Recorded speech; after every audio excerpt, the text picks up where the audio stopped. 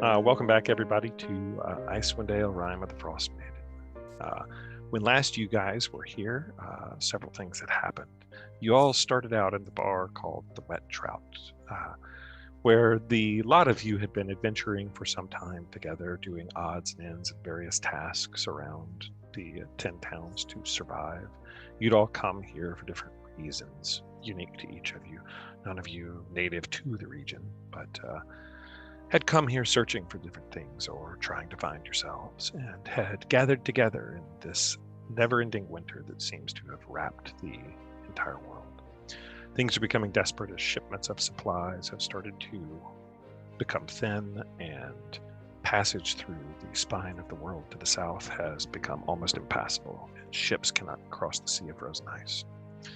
The various towns have begun to try to sacrifice various things to who they are blaming for their plight. A goddess by the name of Ariel, who is the goddess of winter's fury. Some of the towns are sacrificing people. Bad things have started to happen around the towns, including various murders. Several people have been found killed with daggers of ice through their hearts, which has, besides the threat of being one of the sacrificed individuals, although that is seen as more noble, just being killed outright has sent the 10 towns into pure panic. The conditions are harsh, and even people like fishermen going out on the ice have started to go missing. Most recently in East Haven, the captain of the guard told you that a series of about 4 or 5 fishermen fishing for knucklehead trout on Lechtenschmere went missing, and just to hold down food riots and prevent chaos from erupting in the town, they can't really spare the guard forces to go searching for that. In fact, shipment of local mead headed towards the city of East Haven had gone missing when the speaker of one of the local near towns was killed by a 9-foot-tall giant that apparently stole all of the mead. Rumors about frost giants and things like that swirl around, but nobody's really certain. You do know that the local bar that you were staying in by the name of the White Lady, the proprietor, a man by the name of Bartabin, told you that looks like the honey mead may be running dry, as the local shipment had not come in. You were tasked by a woman by the name of Hillen Trollbane to take care of who she considers to be the murderer of the killings that have been going on, and you were tasked by the captain of the guard, Imdra Algarath, to help search for the missing fishermen. You were also told by Scythen, the ferry operator who spends his time drinking at the bar and listening to things, about a monster in the town of Bremond that was causing troubles there. You all, of course, decided that the most prudent of all actions in the face of murders and missing people was beer. A reasonable choice indeed, because who can deal with missing fishermen and murdered souls without a good stout drink? In order to aid your quest to save the alcohol, you decided that the thing we needed most was to try to stock up on supplies. Unable to purchase most of the things that you wanted, our local half-orc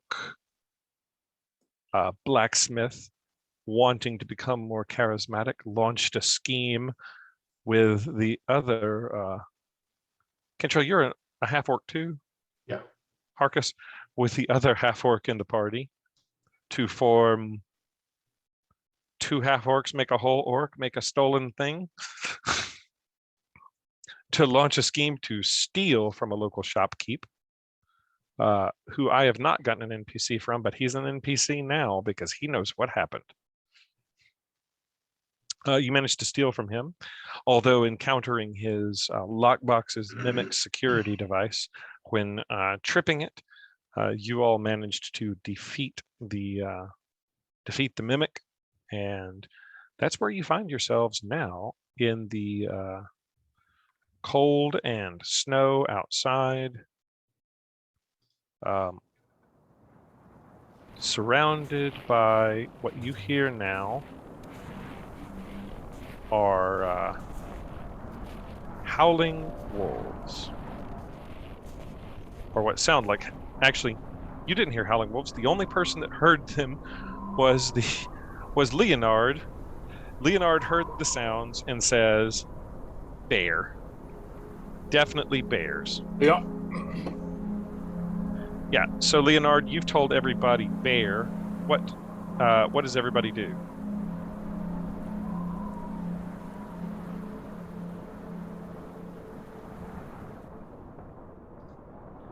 And I'll take you all to that. I'll take you all to that scene now, as Leonard says, "Guys, there's bears."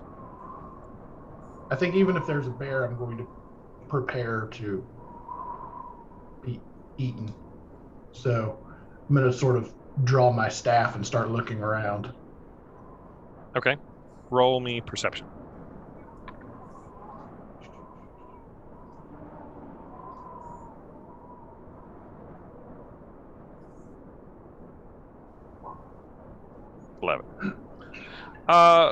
With an 11, you hear rustlings. My passive perception's a 12. Yeah, okay. Well, you don't do worse than your passive perception. So you get a 12. With a 12, just passively, as he says, bear, you sort of, I think, instinctively look towards the tree line to your south. And you can sort of see, rustling in the wooded tree line there. But you can't perceive anything more than that with... All right, then I guess I'm going to point over toward there and say... movement. Yeah, what's everybody else doing?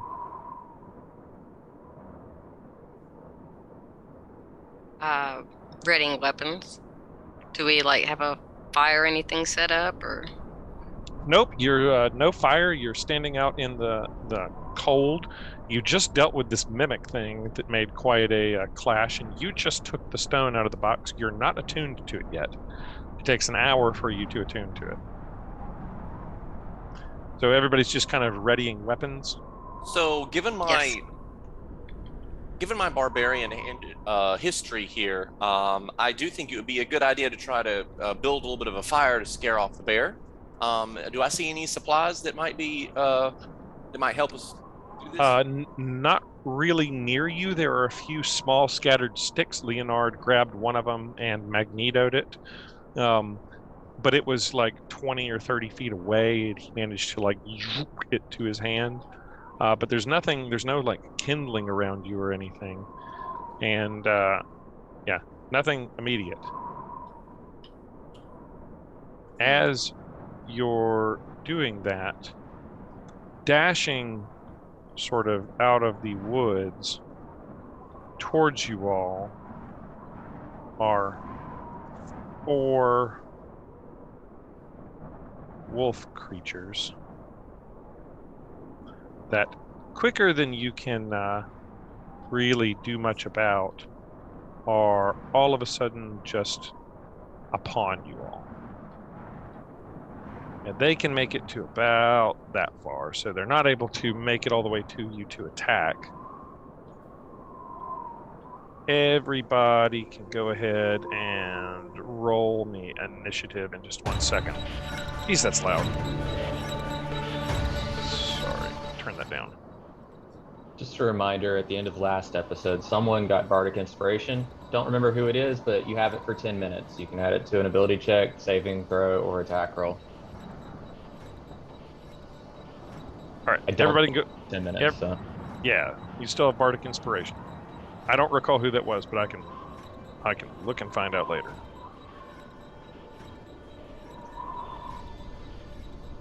I'm reasonably certain it wasn't me.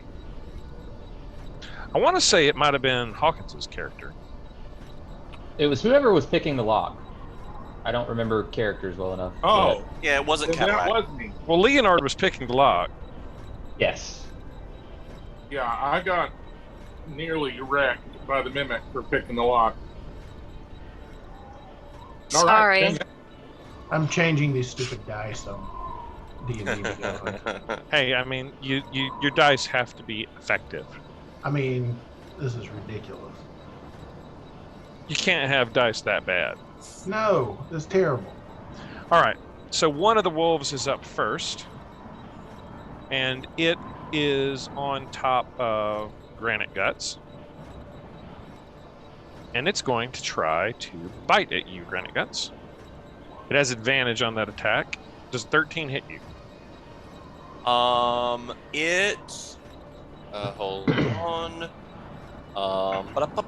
What was it? What was it again? 13. It does not. All right, Cadillac, you're up as this wolf just tries to like bite at you, and you're up. You have your weapons drawn as Leonard screamed bear. Okay. I am going to. All right, Leonard, I got to get you an initiative. You're a 12. Yeah, sorry about that. No worries.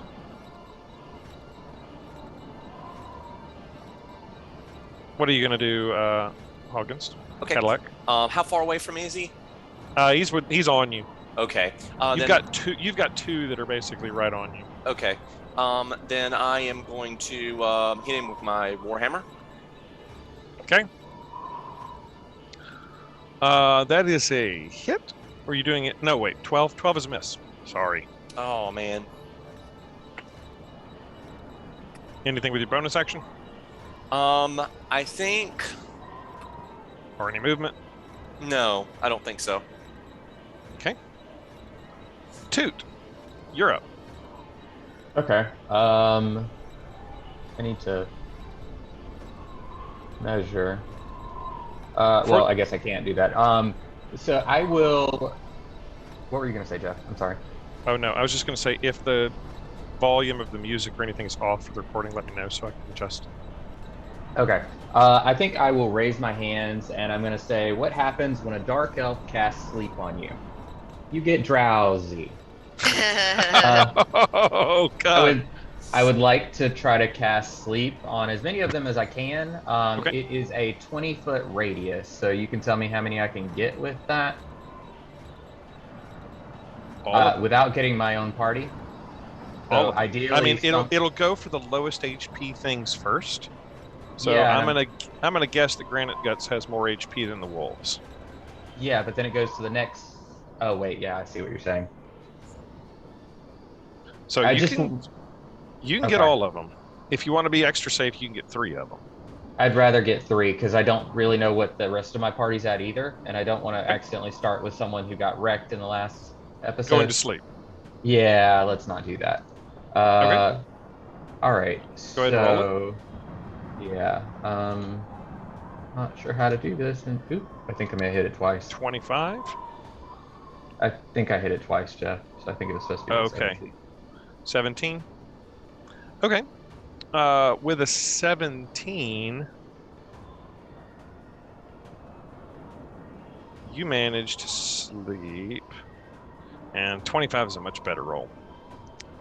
I mean, if you want to take it, I'll take it off, though. With a 17, you only managed to sleep 1 of them, unfortunately. Okay. So we'll say it's not loading all of the buttons for some reason. We'll say the top one here is asleep. That one. He's asleep. He just falls over asleep. Okay, and that was the one that just attacked Granite Gut. So it just sort of slumps off of the Granite Gut, says it was trying to bite him, and falls asleep. Okay, and I'm going to back up and say, if you hit him, he will wake. Okay. That's all I'm doing. It is this other wolf's turn, and it lashes out, and it's going to try to bite at Ordella. And it rolls an 8. It does not get pack tactics because it's not around it. Okay, I didn't make it into the tracker. Okay, Ordella, what was your initiative? 12. 12. All right, so you're right up here. Ordella, what's your dexterity? Let me see. Wait, that's Harkus. I'm sorry, it bit at Harkus, not Ordella, but 2 orcs. Too many of you orc people. It bit at Harkus instead of Ordella, but it was still an 8, so you fail. It fails, so it doesn't matter. Okay. But Ordella, what was your dexterity? You want the +2? You +2. Leonard, what's your dexterity? +2. Okay, so y'all We're are gonna rock, tied. paper, scissors. Who wants to go first? I'm gonna go with alphabetical, Leonard. Okay. All right. Leonard is going to take aim at this non-asleep wolf nearest me. Mm-hmm. And use Ray of Frost. Okay. 14 is a hit. Nice. That hits him pretty hard. He's not dead, but it's certainly a nasty hit. Awesome. Okay. Ordella, you're up next. Okay, let me see. I guess I'm gonna attack this wolf right here. Okay. Let me do my great axe on that. Okay. It's the one he just Ray of Frosted. Yeah, I'd say a 20 hits Ordella. Yay. Oh, wait. Still learning how all this works. Yeah, in roll 20, if you just click the word Great Axe, it'll roll the damage. Okay. Jesus. Yeah, you chop the wolf's head off. Ordella Nice. just comes in here and is like, blacksmith, ho! Let me show you how it's done. Just literally chop the wolf's head off. It's this other wolf's turn, the non-sleeping wolf, and he would have advantage, but he's not going to because you slept the other one. He runs up on Granite Guts and is going to bite at you. He rolls an 8. Oh man, I am high and dry and safe from that. You are. Harkus, you're up. Okay. I'm going to move right here and swing my quarterstaff.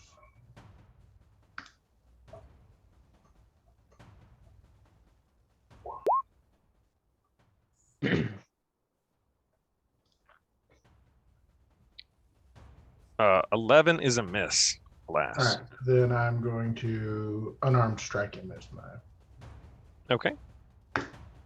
bonus action. That'll hit.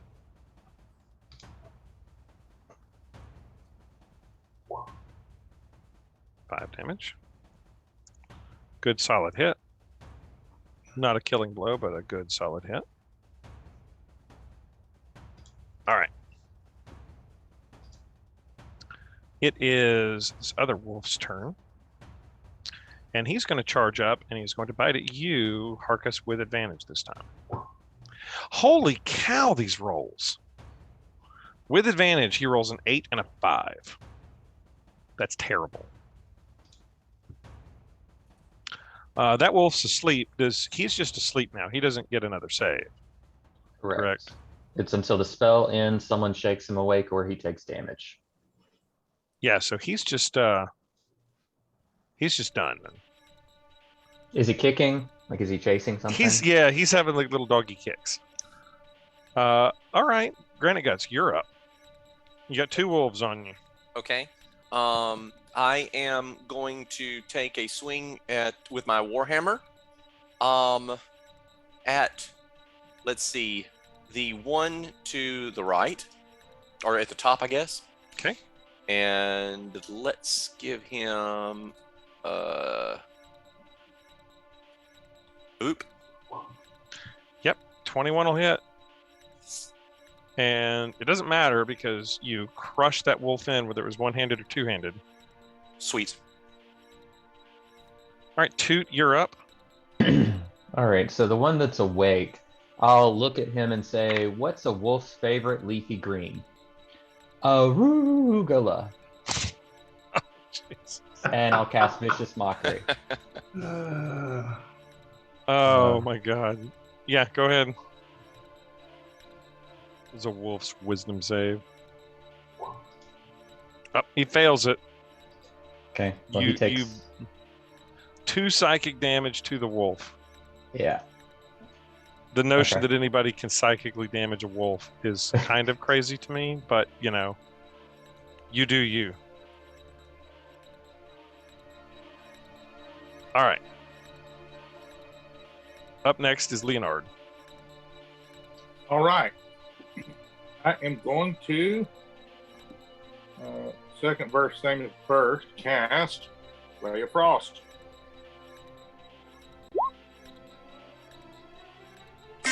Nine is a miss.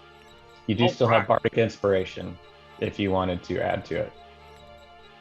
Yeah, you might hit it with a Bardic Inspiration die. And That's a it's only D6. there for 10 minutes. So Oh, but a 1 on it is not going to do it. All right, Ardella Elven Spear, you're up.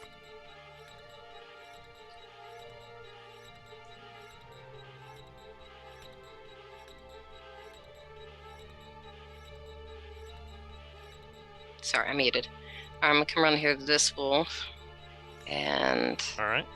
gonna attack with my axe again. Okay. 10 is a miss. Oh well. Arcus. You have a wolf Okay. there.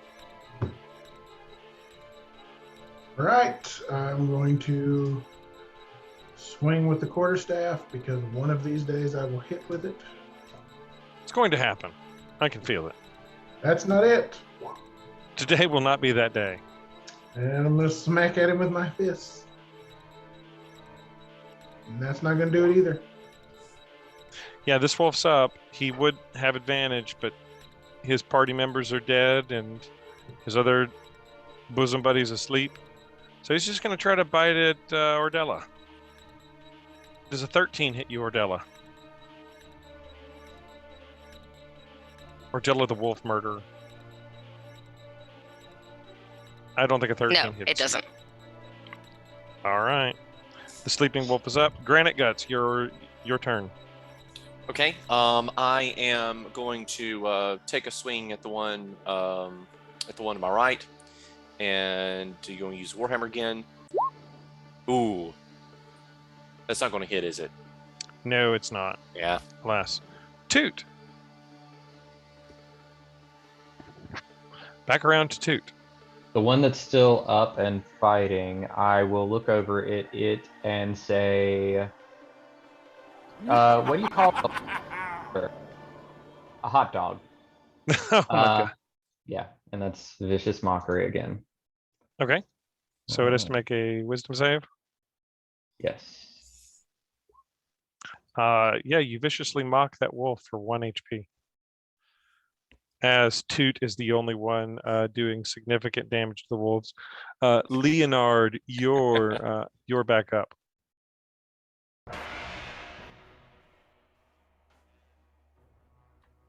What you got for me, Leonard?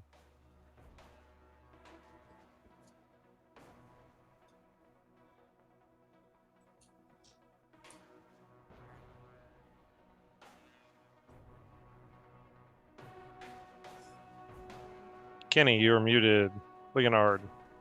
I don't know if Leonard stepped away. I'll pass by him for a moment. He's AFK. Ordella. Back around to you since Leonard stepped away. Okay. Let's see. All right, I'm gonna try to attack this wolf again. Yeah, do it. Hmm? Oh, No, man, no. man, I was doing No. so good.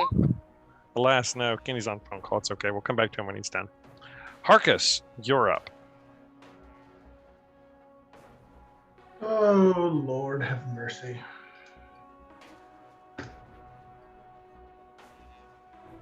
Yes, no, no. No. Oh, How much damage can these wolves extract from it you all? teetered. It teetered on the 20, and then failed me miserably. Ah. Well, that's okay because they can't hit you either. Cadillac, your Here, turn. I got to smack at him with my. Okay, hit him, punch him. Hey, look, I hit him. That'll do it. Finally, barely. I more like rubbed his fur. All right, Cadillac, your turn. Okay, I'm going to rub his fur with my Warhammer. and that's going to do some good work. Yeah, that'll do it. As you bring down that last wolf, he falls down dead. As what is left is one sleeping wolf, one sleepy wolf. And yeah, you're sort of back to where you were before. What are you guys doing with said sleepy wolf here now? Just trying to walk away and keep on moving? I want to let him be. How long is it asleep? Not long. Sleep lasts for 1 minute. I don't think we've got enough time to get away, and also I think the towns might need the meat. Probably. Could probably sell it. All right. So the way it works when a creature is incapacitated like this, you have advantage on the attack, and if you hit, it counts as a critical hit. So I would suggest, as your friendly DM, somebody with a big old axe or a big old hammer, if you're going to try to one-shot I it. have both. I'd suggest somebody other than me roll it. All I mean, right. statistically, I kind you of ought failed to on do the well. last two. Ordella, are you coming up and laying it down, or I would love to. or I Granite kind Guts? of failed on my last two. Or Granite Guts, what are you doing? I have a good feeling about Ordella. All right, Ordella. She can make it. Fingers crossed. Ordella, you have I'm advantage. gonna do my hammer this time. Oh no, your axe has been so good, but hammer it is. Well, the axe failed last time or two. You have advantage. Oh, yeah. That's how we roll. Roll the That is how damage. we roll. Okay. That does 12 damage. I do not understand how that damage's output makes no sense to me. But I think it winds up being 8. 5 plus, no, that's not right. 1d10 plus 3 plus crit damage. Okay, it does not make a difference. Because you bash this wolf's brains in. With a crit, you just, like, you smash its head in.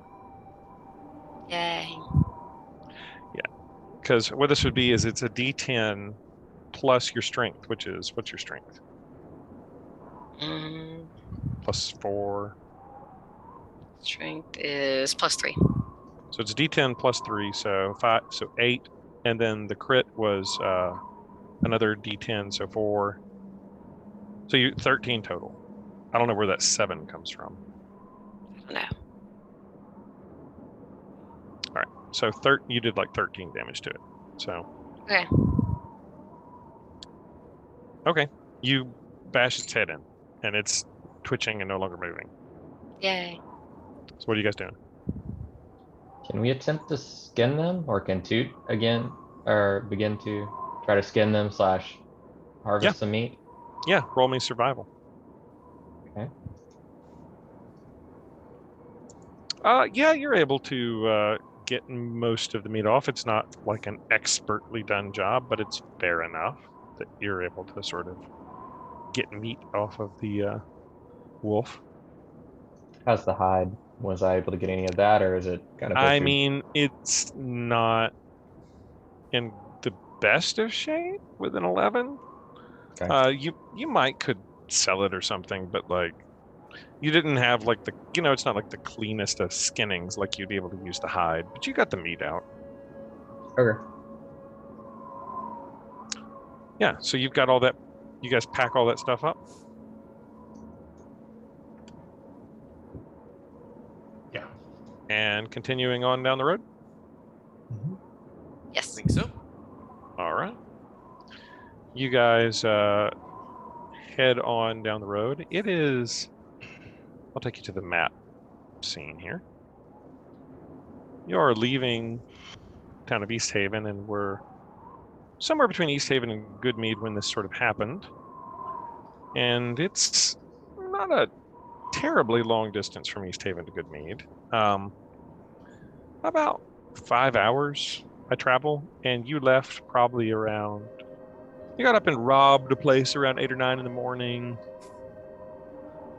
and then you got stopped at about, so it's probably about 2 or 3 o'clock in the afternoon as you all arrive into the town of Goodmead.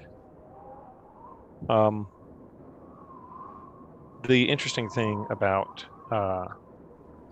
being 2 or 3 o'clock in the afternoon is that things are already starting to get kind of dark, honestly. The sun never rises above the horizon, and in fact, it's already almost starting to set a little bit. Town is quiet. There are homes around. There's what looks like a chapel further down by the water that has like a bit of a steeple that appears to be in some form of disrepair. Most of the homes are dark, actually. The only thing that is lively, really, is there is like one large, almost like hall in the center of town, and you can all see like light and hear some degree of noise coming from that area. What do you guys all do?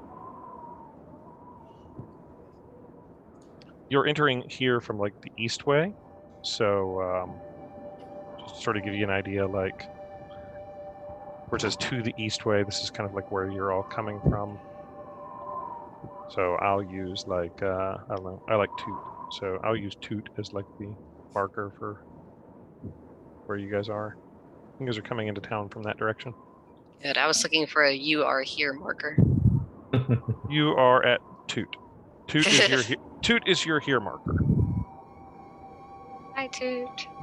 Most of these buildings are sort of dark and quiet, and you can see any this. have lights on? You can see this chapel. There's a few that have some dim lights in them, but most of them are fairly quiet. As you're sort of standing here, walking into town this way, the single building that has the most like light and stuff coming from it is this large building right over here.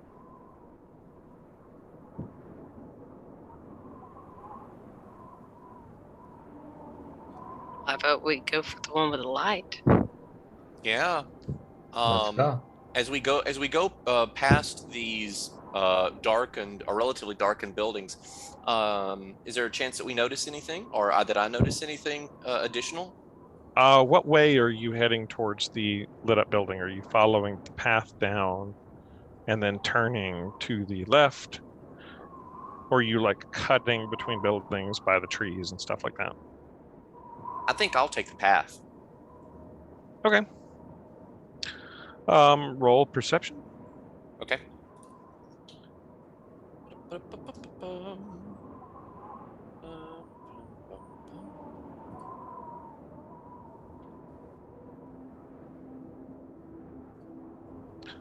The homes aren't abandoned. There are some lights on in various ones.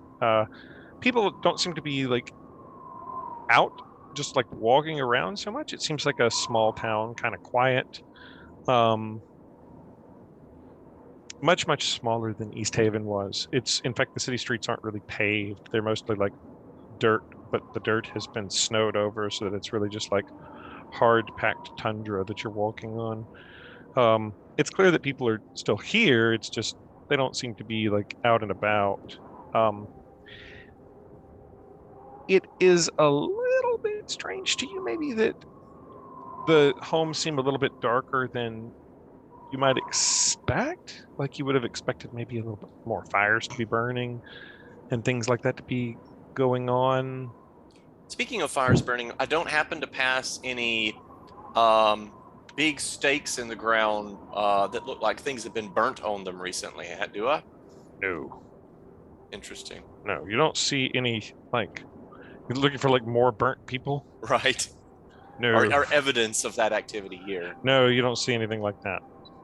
So that same vein, do we see any evidence of like an attack or a scuffle or anything like that? Not in the immediate area of town. Okay. It's fairly quiet, really. All right. As you guys all approach that big hall-like structure. I'll take you all there.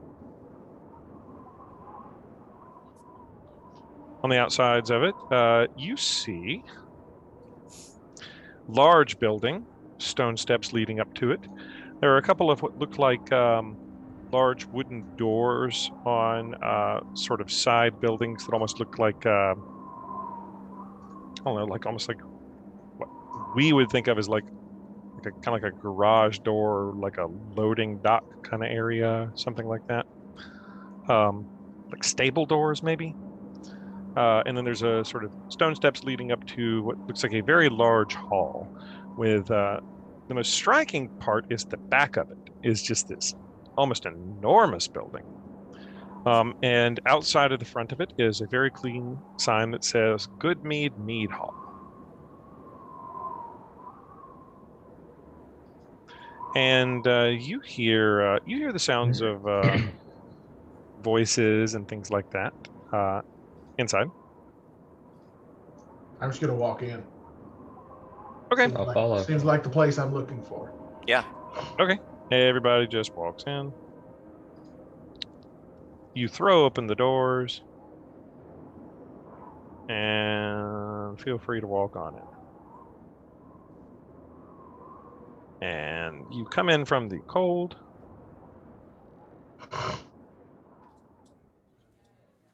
This is lovely. And there are people in there that are chittering, chattering, and moving around, talking amongst each other. And actually, as you sort of enter, most people don't seem to pay you guys an awful ton of mind as you enter.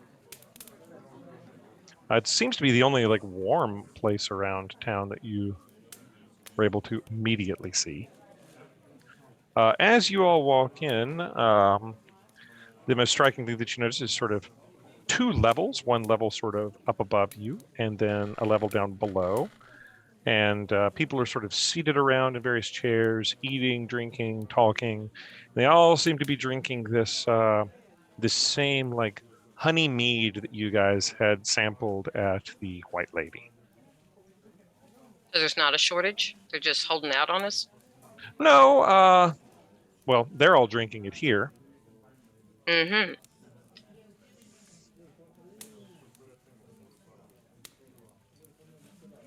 Well, maybe there's a shortage. You don't know. Maybe you're thinking they're holding out on. Doesn't appear to be. As you all enter, you notice various people sitting around and talking amongst themselves, sitting around and drinking. What do you all do?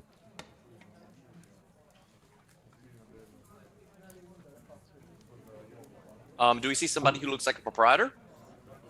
Roll me perception.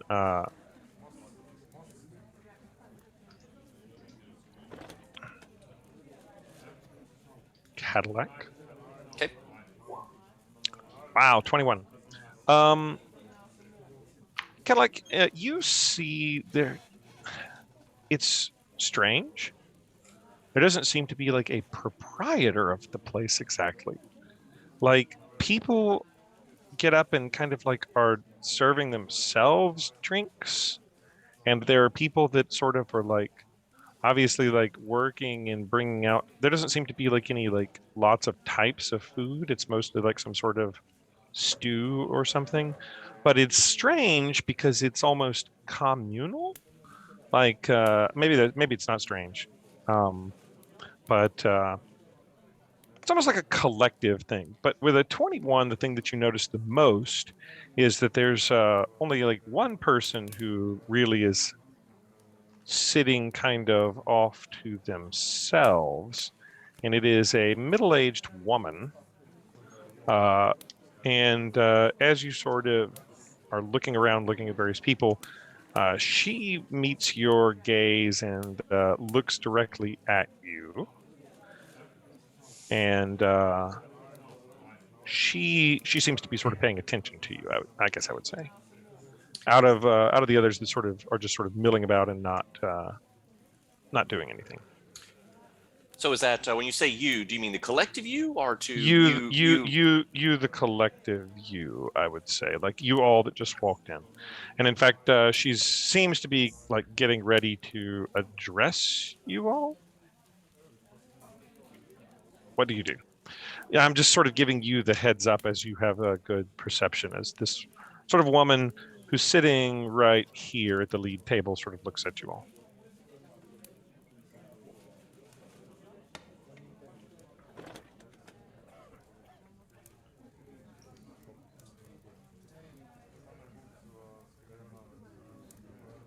That would be you. That would be you, Granite Guts. Since you have that perception, what do? You see this woman who's sort of looking at you. You've perceived it ahead of everybody else as you've walked in. What do you do, Granite Guts? I guess I walk up and introduce myself, and this is her right here, right? Yeah. Who's just sort of, I mean, you sort of said who looks like a proprietor, and she's the person that looks sort of most out of place, that seems to be like paying attention to you all. And as you walk up and introduce yourself, what do you say exactly? I say greetings and well met. It is warm in here, and we look forward to sharing in some of your ale here, if that's okay. She looks over at you and says, well met, travelers. We don't get travelers around these parts much. My name's Olivessa, and you all are? We are just a band of travelers coming to see what we can do to help out with the ale shortage that we hear. We come from East Haven, I think is where we're. Yes, you came from East Haven. She says, "Oh, my word does travel fast, then, doesn't it?" Yes. Maybe you could help. Are these people with you? Yes, they are. And she motions for everybody to come on over. She's excuse me, 2 approaches. Okay. She introduces herself. She introduces herself as Olivessa Untapur. Where are you from, too?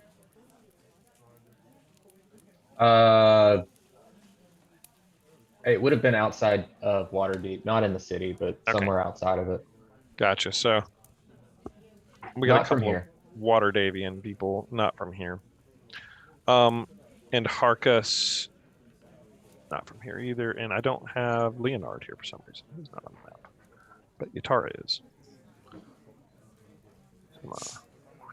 Disappear Yatara and bring Leonard around.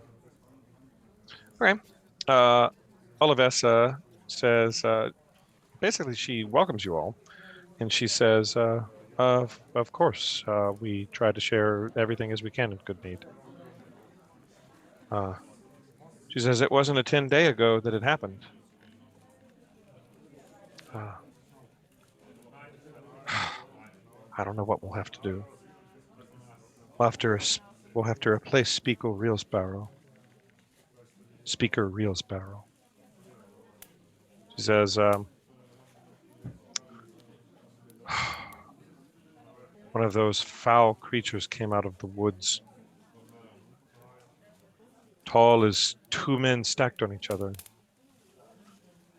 He grabbed and took the latest shipment of honeymead, squirreled it away, grabbed 3 entire caskfuls. Mind you, not barrels, but full casks. And took it off for himself. Local folks around here call them verbeegs. Kind of like giants, but not as smart as the frost giants. Not as big. Every bit as mean. Speaker Reelsparrow tried to deal with him. Not a small man in of himself, but the beast. He killed the speaker. stabbed him to death. I don't know how the word gets around so fast, but we just laid his body down in the shrine of the Flaming Sword across town. How is it you already know of this? There are shortages. Oh, of course. It takes time to make the mead, you know. That's what I do. I'm a cask maker. Everybody here in Goodmead pitches in and does for the community together as best we can. And we provide for each other, and everything we need is provided as best as possible. If not for the making of mead, the only other way to live here is fishing. And as times have gotten harder and things have gotten colder, we've banded together. We'll have to elect a new speaker soon. And she sort of sighs at that notion. She looks around and says, actually, all of you roll perception real quick.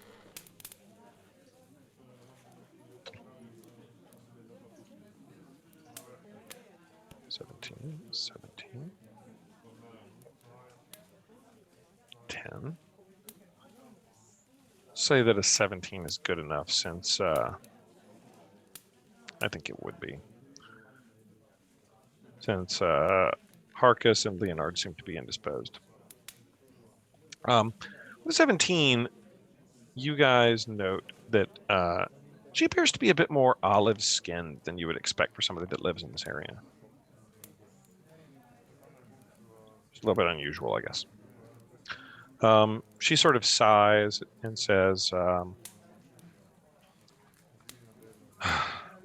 be an election soon to replace the speaker. Well, I suppose we'll have to cross that bridge when we come to it. It's fortuitous you're here today. The sacrifices must be made, and,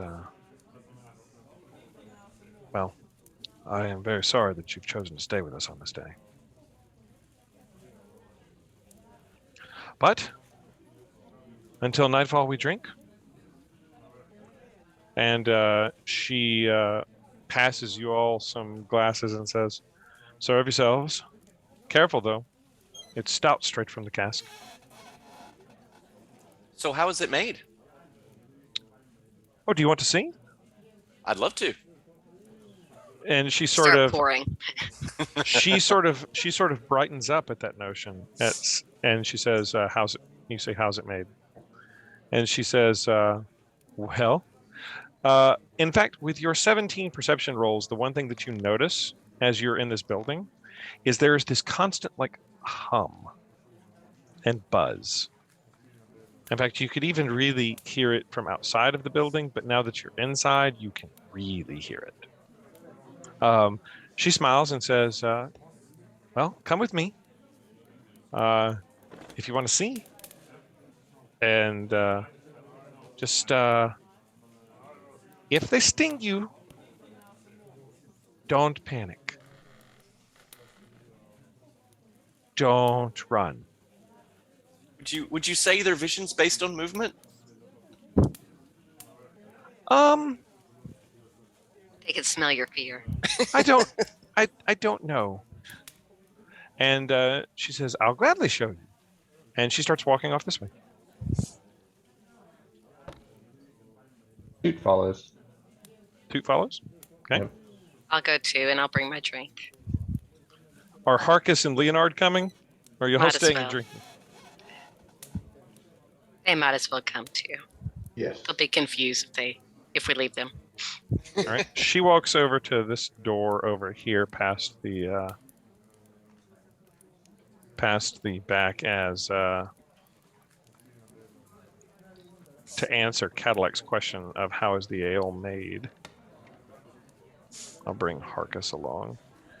I don't know if Leonard's coming or if he's just sitting there. He can watch the YouTube. And she reaches out and opens the door and quickly steps inside. Inside of the room is a huge room that fills the vast majority of this hall, that is just filled with thousands of swarming, buzzing bees. And on each side of this massive room are huge cases, each of which containing beehives. And there are a few workers in this room that are periodically taking one of the cases and lifting out a shelf and scraping honey off of it into large barrels in the sides of the room. And she turns to you all and she says, "This is the bee room." You don't say. Yes, I do. They were brought here all the way from where my ancestors came when this town was founded. These are Chultan bees, and they stay in this very room, pollinating these. And she looks down and she says, "Well, they always called them fire flowers. They come from Chult, but they say that they're from the Fae. They're able to flower as long as the bees are here without any sunlight at all. They give off their own radiant warmth. And the bees pollinate them, and they live right here in this room, producing the honey that we use to make the ale." She says it's a long process to make the mead. It's a long process to collect and harvest and not get stung. And everybody roll me a dexterity saving throw.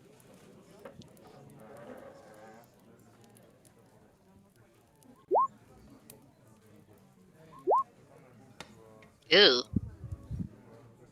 Here we go. Oh, well. Ooh. Cadillac, Oh, no. Cadillac and Ordella, each of you are stung by a bee, and you each take 1 stinging damage. And another sip of my drink. Yeah. She leads you on and says, "This way. I'll show you the rest of how it works." And she leads you through the bee room down to here, where you see workers collecting some of the barrels of honey. And she opens another door. Oops. My bad. Right there. And then leads you into a different room. She says, and she looks over and she says, "This is the brewery room, where the honey is combined with various spices and herbs and grains to make the mead.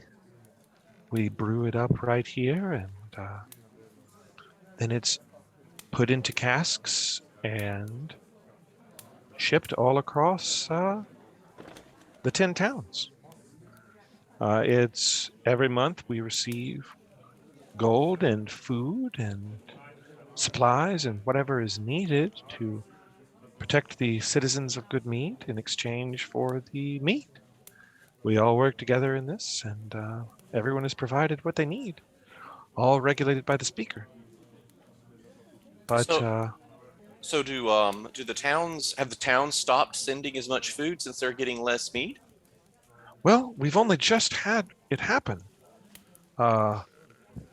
She says, I mean, we've lost an entire shipment, 3 whole casks worth. It will take time to produce more, but we can make more. It's just, it'll take time. And with that beast on the loose, I don't know if he'll come back. We haven't seen any decrease in shipments yet, but if we're not able to send the mead out, if they keep raiding us and taking the honey mead, then I doubt that East Haven would want to continue sending us gold and meat and whatever else is needed. She says, "I'll show you what happened." And she walks to this room and she says, "I do worry, though, that since the southern road through the spine of the world has been closed. The shipment of spices and grain to be able to make the mead has really slowed. We still have plenty in the sacks here, but supplies of the other additional stuff to make the mead, it's a bit worrisome. She says, this is where it happened. I'll show you. And she walks back towards this other room and opens the door. And she says, this is the shipping room. It's where we load up the casks, and they're taken usually loaded up by dog sled or by axe beak. We prefer to be loaded onto sled, usually by axe beak, and drug across the area to the next town. It was here that it happened. Beast walked its way right into this very place, and it smashed open, took the latest casks. As you can see, all we have here are barrels. There's not even any casks ready to go out. Took the casks and stomped away. Speaker Reelsbarrow tried to stop it, and he's no small man, mind you. The beast just smashed him and stabbed him to death through the heart. Terrible. Oh, it's terrible. I worry that it will come back and do it again. And then where will we be? And I must tell you that the town of Goodmead acts mostly collectively, but really through the speaker's will, kind of holds things intact. There's going to have to be a new one coming up. Is there She an looks heir over- apparent? As you sort of ask that, she looks down and she says, well, it was my ancestors that came here from Chult, brought the bees, brought the fireflower, started this whole operation. People look to me. I don't really want to do this, but I worry. Shindar Froth, he threatens to take over Goodmead, and I can tell you if Shindar takes over, no good will come from it. I worry that he's in league with some dark forces. But I don't really want this burden. Maybe somebody valiant would be willing to do it. She says, well, there's not really an inn here in Goodmead. Since the cold times, the only inn we had closed up. The old innkeep couldn't keep it going. No travelers come by these parts.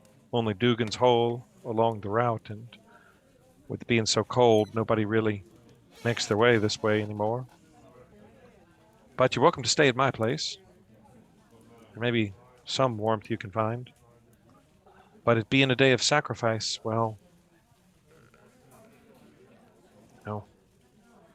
I suppose we'll do the best we can. How do the sacrifices work here in Goodmead? So, that's right. You're not from here. You've come from East Haven, I suppose. Well, we're a small area. We don't have the men to sacrifice peoples, but warmth. We sacrifice our warmth. All of the fires in town are extinguished, and the people endure a real cold for the entire night. That's why all the fires in town are extinguished. I'm sure you noticed. That is a worthy sacrifice. People still gather here in the mead hall to drink and ready themselves for the cold night. Especially on days of sacrifice, everybody gathers in the mead hall ahead of time. They say if you drink the mead of the fire flower, you'll stay warm through even the coldest of nights. But even if you're going to help us find our lost mead, which you say you're here to help with, I sincerely hope you can. There's no sense in setting out now at this point. The beast comes out of the woods. I can show you where, but I would say, come, drink with me and stay.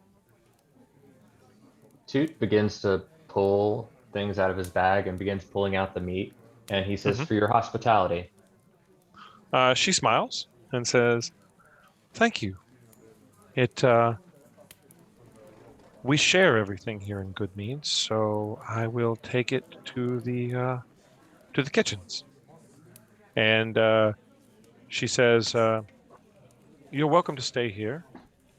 I'll meet you back by my table, and we'll share and drink, and then you can stay at my house.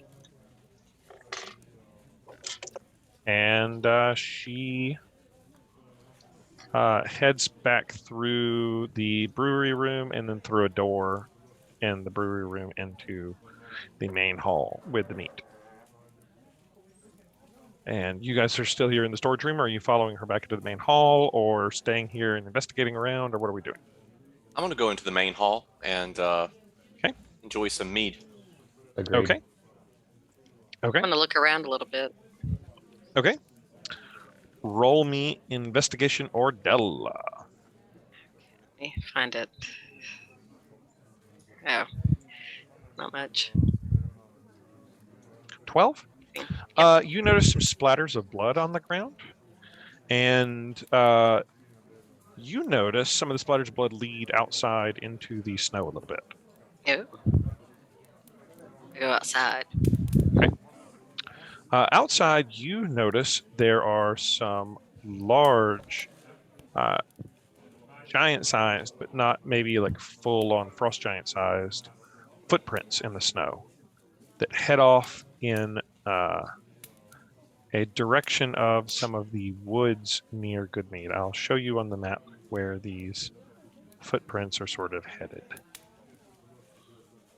Like if you're at the mead hall here and you're at this stable here, they start heading off down towards like just through the main drag of town.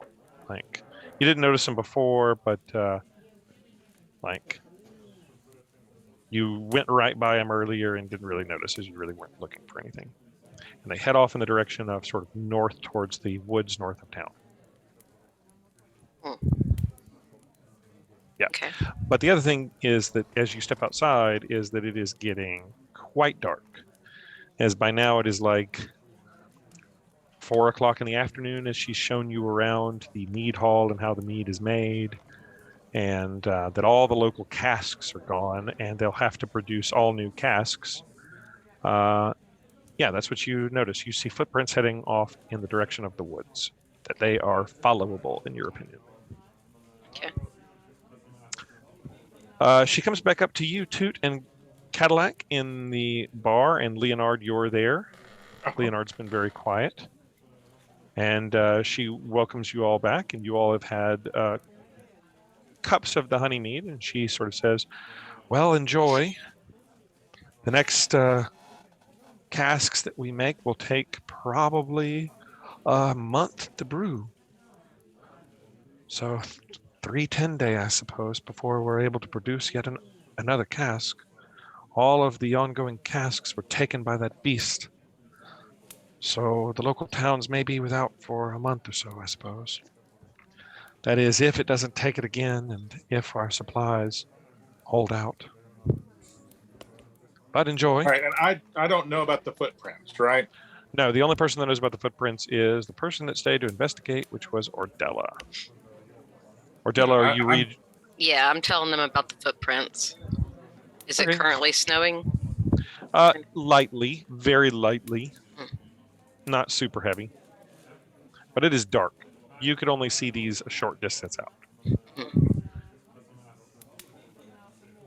Yep. Everybody Go ahead. Do I know, knowing what I know about footprints, I guess a survival check? Yep. Will they be gone by morning? Roll survival. 15. 15. It is so cold that unless it snows heavily, that a lot of times the footprints are sort of frozen in place for a while. So you think with a 15, you probably could still pick them up if you're really good at survival. They're heavy. She's describing them as big and heavy, sunk deep into the ground. So although it might not be the easiest thing to find, probably findable. And with a 15, you think would be really hard to do in the dark anyway. Okay, that's fair. Because I wasn't thrilled about venturing out into the magical snowy darkness. Oh, looking for a big monster in the dark. Yeah, with a 15 survival, you think that although it might be harder to find, they might not be easy to find after a night of snow. You think to yourself that it would be really hard to follow these, even though you could see them in the dark. And you also think with a 15 that surviving in the woods under snow with no sleep would be very hard. I appreciate the successfully passed idiot check. It is successfully passed. The DC on that, by the way, was a 15. Oh, God. DC You would have just wandered out there. DC 15 idiot check. And the other answer was going to be, they might be gone. You never know. All right. So everybody is chatting around at the bar and drinking mead. Anybody doing anything else? Leonard was so blown away by the quality of the mead, and I'm guessing that this is a good batch that we're having here, since it's from the source, as it were. Yeah. Did you walk around when she showed you the operation? Yeah. Yeah, I'm highly motivated to rescue these barrels, because this is like the best thing since Greece. Yeah, she basically oil. She basically tells you that this is the last batch for about a month since the casks have been taken. Savor it. So savor it, yeah. This will not stand a buzzed Cadillac yells as he sort of bangs his stein on the table. And she says, "Hear, hear! Thank you, Cadillac." And she thanks you profusely and says, "Come, join me in rest." And as the sort of crowds die down, and is going to lead you to her home. Everybody following? Mhm. Yep. I suppose. Sure. Not unless we can stay in the bar all night. No, things seem to be winding down in the bar, and as you step outside, it is cold and the wind is actually howling. And in the distance, you do hear some thunder, as it sounds like there's a distant storm. Not as close as that sound made it out to sound like. And that turns out way too loud. Turn that stuff down. And she quickly leads you across town to a small house. With most of the lights out, there's a single light burning in the corner. And leads you there. And I'll take you guys there now. Ooh, that's a big icon. Ard, Harkus, Talam, Toot, Cadillac, and Olivessa. And leads you guys inside. And out of the weather.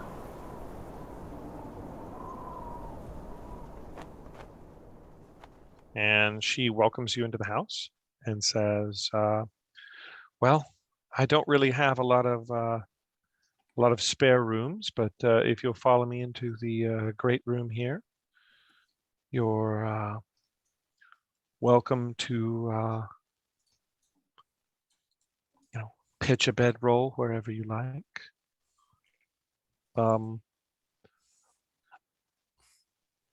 Unfortunately, the sacrifice says I can't tend the fire, but the coals will still provide some warmth through the night.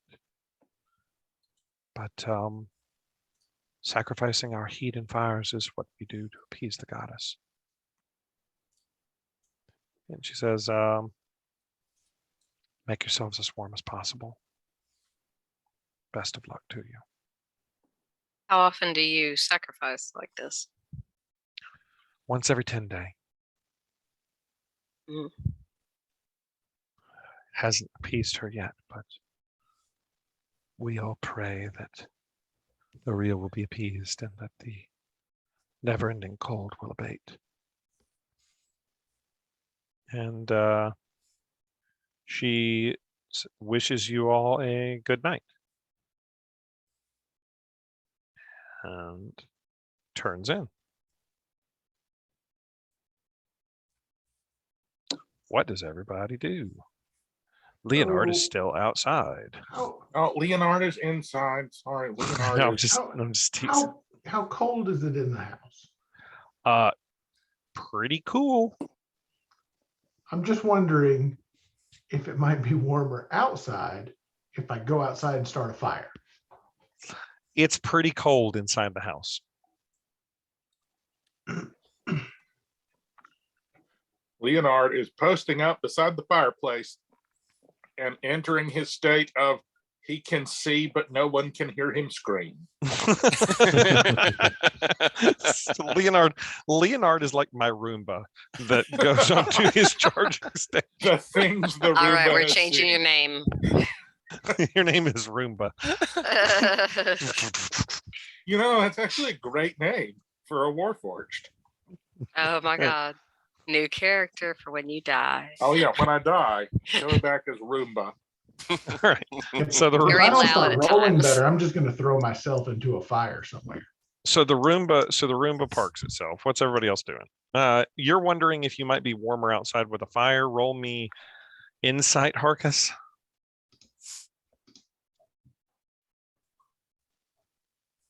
Oh, Outside is cold, Harkus. At least There- there's no winds in here. There's no wind in here for sure. all right. So what I'm going to do is move this chair and this chair out of the way. Okay. I'm going to lay down on the floor, Okay. and then I'm going to roll myself up in this rug. What's everybody else doing? As Then Harkus, if as he's left Harkus the turns sofa, as Harkus turns himself into an orc burrito. I think Toots just like propped up in the corner, and like every now and then, just to kind of raise everybody's spirits, he'll tell some type of themed joke. Like, why did the bee go to the dermatologist? It had hives. I throw a pillow at him. Take Like- inspiration too. Yeah. I'm going to sink further down into my rug so that not even my head is sticking out. at this point. I take my Har- remaining pillow and put it over my head. Harkus, take inspiration for turning yourself into an orc burrito.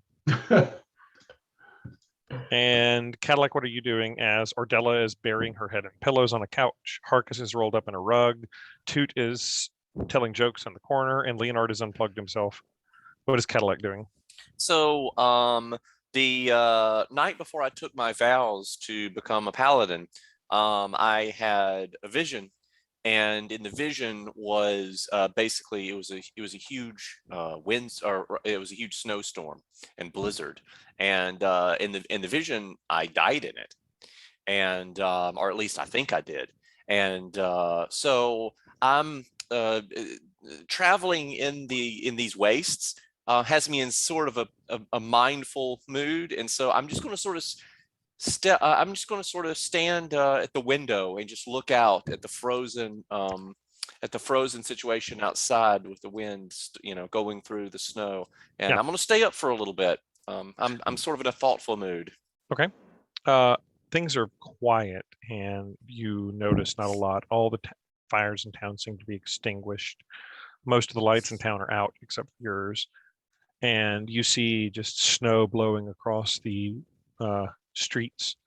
You don't hear or see an awful lot. I don't know if any of you personally have ever been in, I'm sure Kentrell has, in areas where it is snowing. There is almost no quiet like snow because it absorbs all of the sound around you. So everything is just quiet beyond quiet, not even echoes surround. But you softly watch the snow, and nothing has happened. What do you do when you eventually turn in? Are you doing anything for warmth? I'm just going to lay out my bedroll and Just laying out a bedroll. yeah. My response, I guess I'll just grumble. Okay. Grumbling. Everybody roll me survival check. Harkus, take advantage on it. And Ordella, take advantage on it. I'm not sure how to take advantage. Just roll it twice. Okay. Yeah. Okay.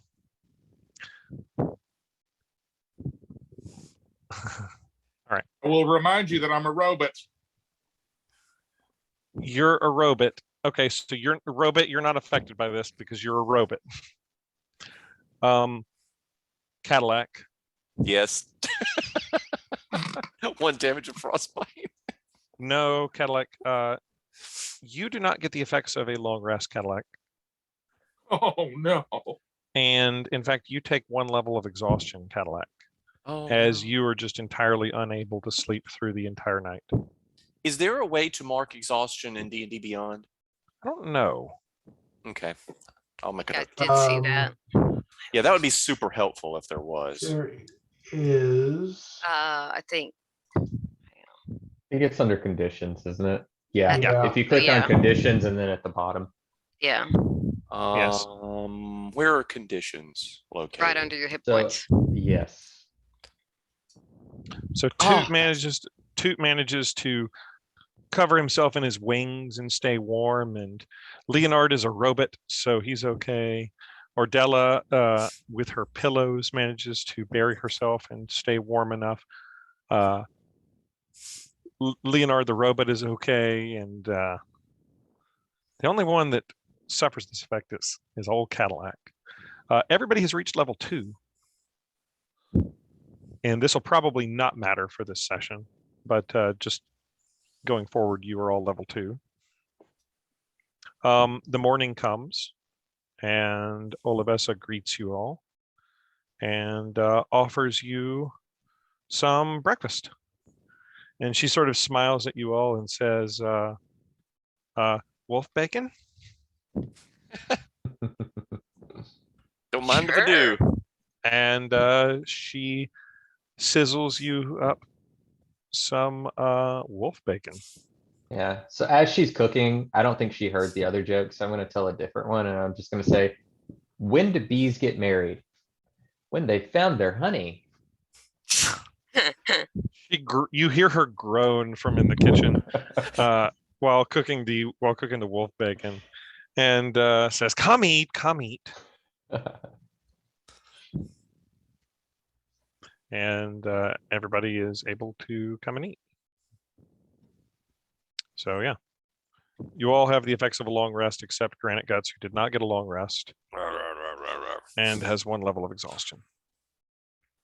It's only disadvantage on ability I did roll the checks. carpet back where it was supposed to be. Yes, and Yes, I'm sure yes. that Ordella I'm sure that the orcs put the pillows back. Yes, of course. It's a little. That's what it's a civilized little people like- do. Yeah, it's a little like cattywampus. It's not quite. Not quite the way it's it not should be, quite square with the room. but it's mostly there. But I just sort of look at it and go, Yeah, after you've all had breakfast, She sort of sits you around the table and serves you all breakfast. Olivessa says, "Well, I can show you where the beast went, if you are intent on, as you said last night, on saving our missing mead.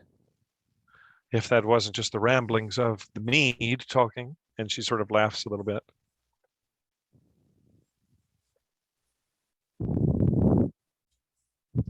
You tell jokes too. She definitely laughs at that and says, "I need to go and attend to the speaker at the shrine. It's his funeral will be coming up, and well, the town folk look to me to help arrange those sorts of things. But I can show you to where it was." Why don't you want to do it? Why don't I want to do what? Let's be the speaker. It's just not me, you know. It's just not what I've ever wanted out of life. She looks over at you all and says, "Maybe one of you. Any interest?" Robot sounds Dude. like a good idea. She looks. Go ahead. Yeah. To what? I was gonna say Toot like remembers the most obnoxious laughter he's ever heard, and that's what's coming out of him right now. She looks over at Granite Guts and is like, "Paladin? This is not my allotted path, lassie. I have errands to do for Sylvanus, but I'm sure you'll find someone right for the role." I hope so.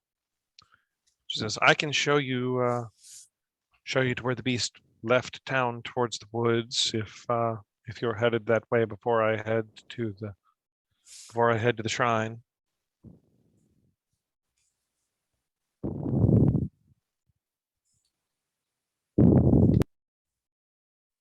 Toot follows her.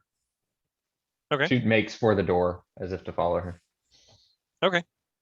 Yeah, and she heads out that way. She explains that the former speaker his body is kept at the shrine of Tempest, which is here in town, and she has to make some arrangements and attend there.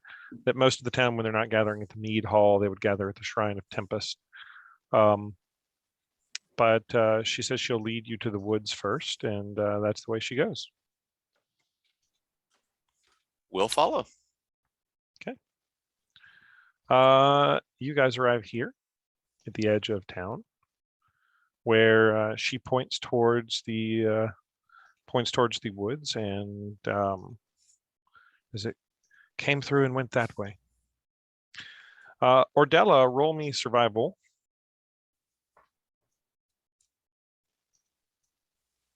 In fact, I guess everybody can, since Ordella told you about the footprints.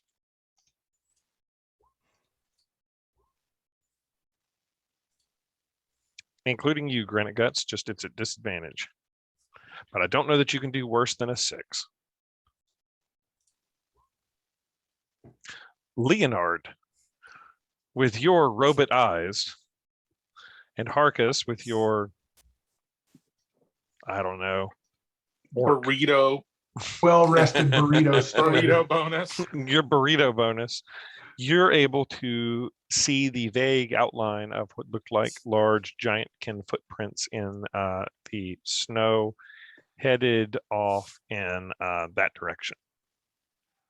And as Olivessa is starting to walk away, you guys all see in the distance, coming out of the woods, is a figure, a humanoid figure in cold weather clothing, lurching into plain view. He's running as fast as he can through the deep snow, and slung over his back are a pair of animal traps, one of which appears to contain a panicked fox, little white fox. and he is just like bounding through the snow, headed your direction as fast as he can. You all saw the large giantoid tracks headed in that direction. And yeah, this guy's sort of running in your direction. As he gets up towards you, he is out of breath, hands on knees, and sort of stops and is trying to catch his breath and just go.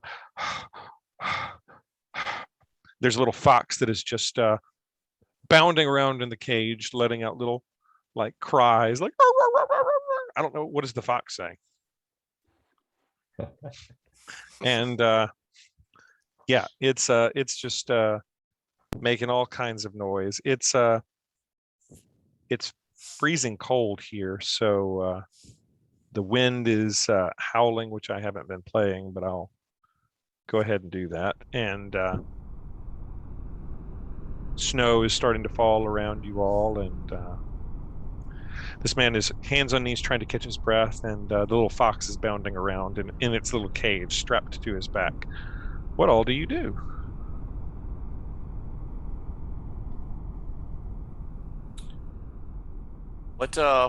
Is something chasing you? What's up? He looks over, he says, oh, they dead. They're all of them dead. In the woods. Oh God. Who's dead? And she says, the men that went after it not a day ago, looking for the beast took the meat. I saw their bodies that way, all of them dead. Sounds like they may have found him. They found something.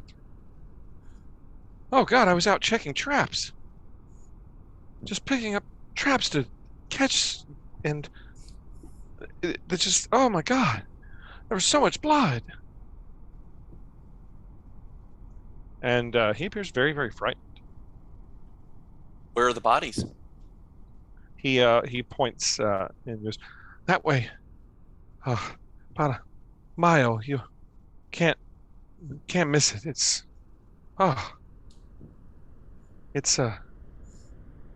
yeah, can't miss.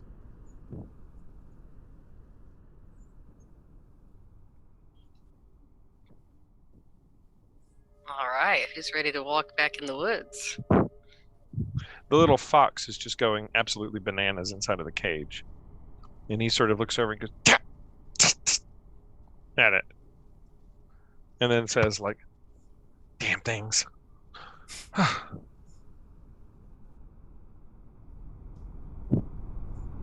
Jeff, as we're Foxes make a walking, sound. Anybody want to buy a fox? as we're walking, I'm going to look for a rock, Uh-huh. and I'm going to, assuming I find a rock, You find a rock. I'm going to imbue that with magical energy to create my homunculus servant in the Okay. form of a winged mechanical elephant. Okay. You have a winged mechanical elephant. You gonna name it Dumbo? Is anybody doing anything else? The man introduces himself, by the way, as Fef. Says, name's Fef, Trapper. Fef Morgan.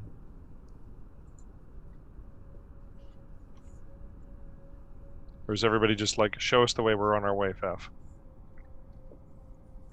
He does say, I did catch a fox if anybody wants to buy a fox. I would buy a fox, friend, but somebody spent all my money. How much for the fox? What do you have? That's a good question. Let me see.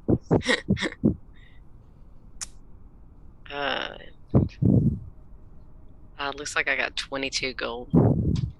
Oh, lords.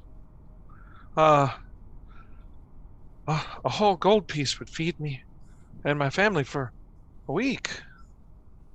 1 gold for the fox? Sure. I'll flip him too. Are we in a bidding war? Tips? He praises you and looks. He Praises you and looks over towards Ordella and goes, Do I hear 3? He opens up the cage and lets out the fox, and it runs and hops onto your shoulder, Ordella. Yay. Yeah. Watching the two orcs bid against each other, I say, what do you call an orc with 2 brain cells? Pregnant. Sorry. And at that point, That's when you snatch go him over and up by punch the him. neck. Okay, Ordella, Elven Spear at level 2.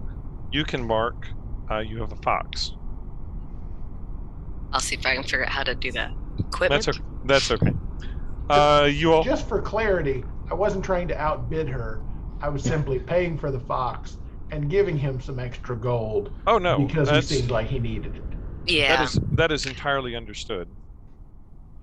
That is entirely understood. But it was humorous. Okay, so you guys head out into the woods. All right. You walk for about, I don't know, it's been about an hour or so into the woods in the direction that Fef pointed you. And you can easily follow Fef's tracks because this man was bolt running through the woods. No survival checks are needed. There are deep, like kicked up snow as a panicked trapper is just running. And when you finally come to the end of Fef's tracks, you find a truly horrific and terrifying looking scene. There are buried in the snow, half-buried, bloodied corpses of several people, at least 5. Snow-covered pines, you discover the remains of 5 militia members who looked to you like they were basically clubbed to death. New fallen snow has begun to settle on their corpses.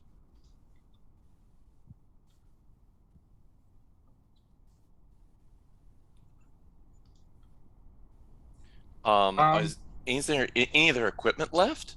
Yeah, Leonard has no problem pillaging, so Yeah. Yeah, roll me investigation. I need something other than this stupid staff that seems to fail me all the time. You find a dagger on each of them. In fact, you find 2 daggers on each of them, so there are 10 daggers that can be thrown as throwing weapons. You also find 2 long swords, and as you're searching around, you find a total of 10 gold pieces. There's nothing that looks magical or anything. They all had daggers, and some of them had long swords. There's a few other swords seem to have been scattered or missing or buried somewhere else, but you just found the 2 long swords, 10 daggers, and 10 gold pieces. There's also some beat up chain mail, which is what they were wearing.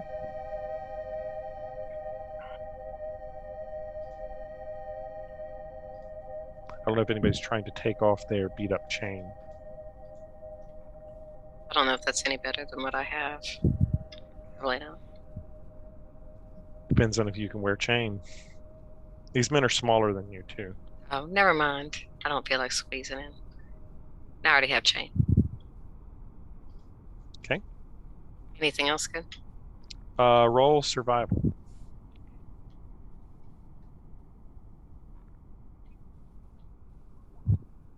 Ordella, as you're sort of looking for anything else good.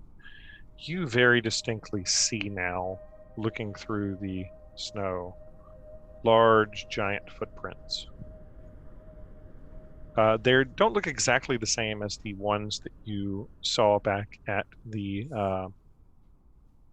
city or at Goodmead, because these look barefoot to you, and the ones back at Goodmead, maybe they were barefoot or maybe they were shoed. Maybe it was just that they sat in the snow longer and that these are more recent, and had sort of a chance to like melt a bit and were coalesced. But these are distinctly like barefoot looking, and they are leading off in a direction away from these bodies.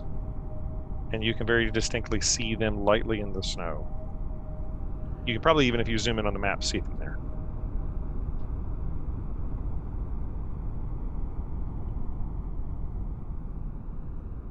Yeah.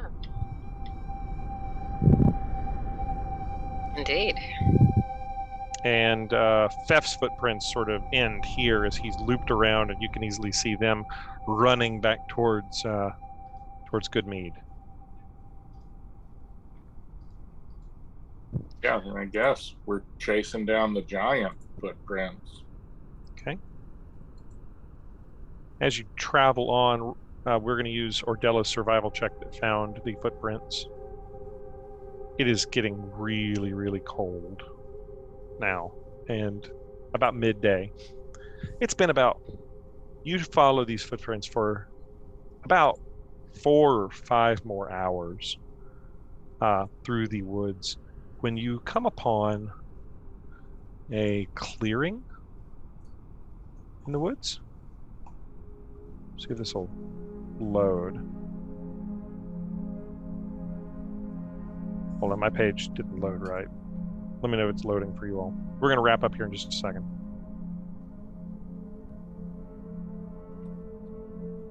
Come on, roll 20. Don't fail me now at the ending scenes. Okay, good.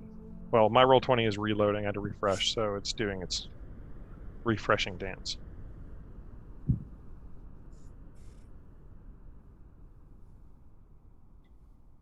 Okay. You come upon a little clearing. It's loading. Yeah, clearing in the woods with the footprints clearly heading by, and there's a small stump. Who is leading the party here? Who's up front? What order are you guys in? I can be at the front. Okay, Granite Guts, you're at the front. I'll be Ordella. right behind Granite Guts. All right, and Ordella, you were tracking the footprints, so you're somewhere up there too. Yeah. Ordella, are you way up in the front tracking the footprints? Is it you way up front? Yeah, I'll be up front. Ordella, as you're leading the front of the party tracking those footprints, you can still see them, I think, in the snow lightly there. A small, all of a sudden, you are hit with something. Oh. It is a snowball, has just popped you in the face. Out of nowhere. And you see a small little creature that leaps up onto the stump, and it looks like this.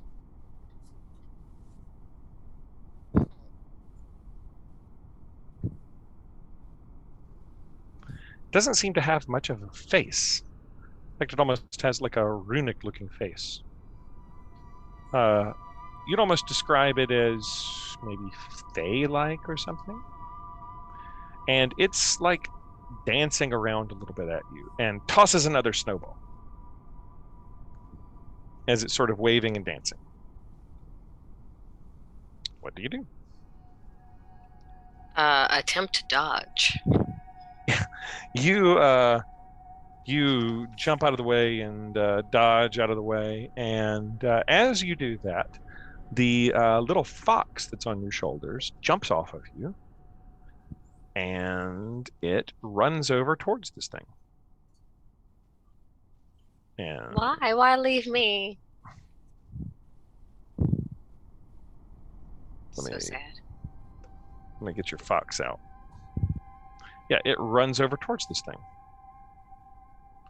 And it leans down and extends its hand at the fox.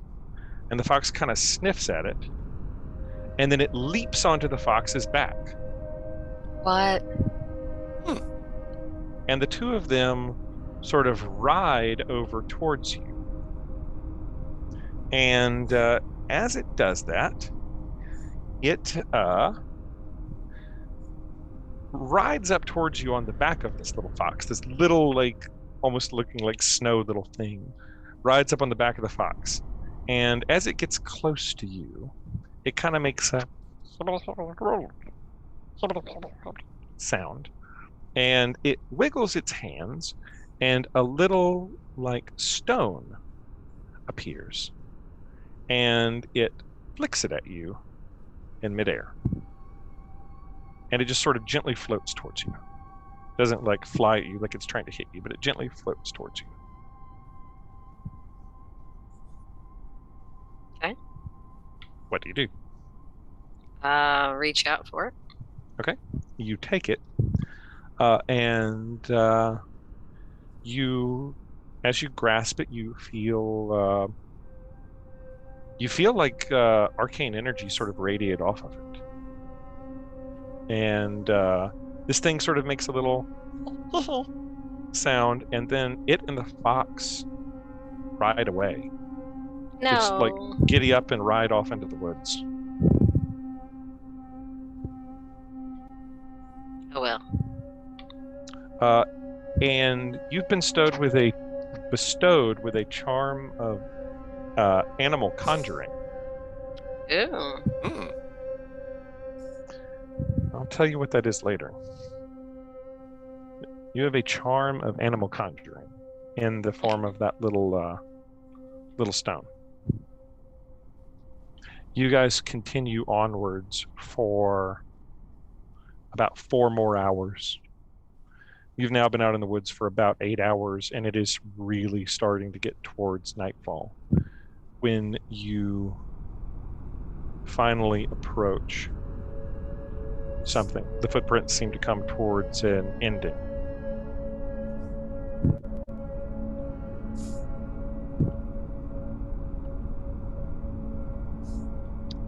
You find yourself, the footprints come to an ending at a stream. They've eventually approached a stream, and you follow the stream for a while as the footprints eventually diverge from the stream. And before you is a large rocky hill. Trail culminates in a rocky hillside with pines growing around its base. Set into the hill are 3 caves. This frozen creek emerges from one of the caves, and in the center there is a smaller cave that appears to moderately be blocked by a tight strand of conifers, and then there are 2 massive fallen logs kind of blocking the route. And then the northeastmost cave has a big yawning open mouth, and flickers of light emanate from within. And the tracks of your quarry head towards this big yawning open cave in the northeast. And that, folks, at level 2, is where we will end tonight's session. Wow. I think Really find myself hoping a Dungeoneer's pack has a torch in it. I think we found him. Granite Guts whispers.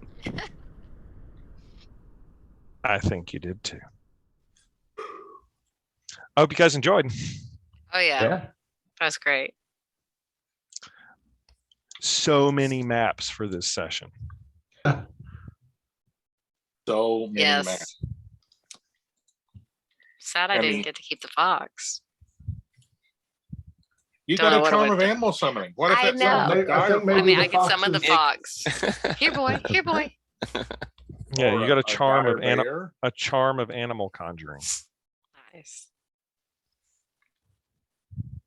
Yeah, you're all level 2 now. But I must warn you, it's now approaching nightfall as you approach this cave structure. And everybody is going to start getting exhausted if they don't get some sleep somewhere soon. Well, that would be terrible to be exhausted. Yeah, as it turns out, you can actually get double exhausted. You can Oh. get triple exhausted before you die, right? That's right. And did you know that there are in D&D there are disease conditions? Did you know you're immune to those, Robot? Yeah, But- I don't know that I'm immune to cold though. Like, just looking through it, it doesn't say immune to cold.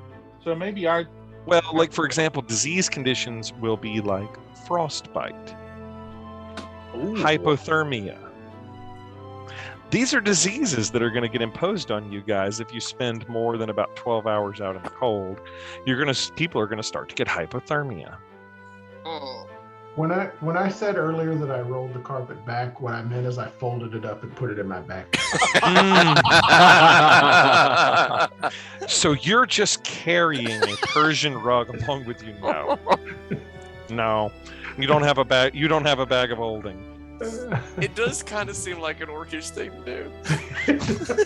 What I meant was, I just took her Persian rug. Like And She cozy. gave it to me gladly. There's not really a Persian. There's not really a Persia in this game, so it'd be like, I just took her Cholton rug, and. All right. Good night, everybody. Good night. Hi. Night, night.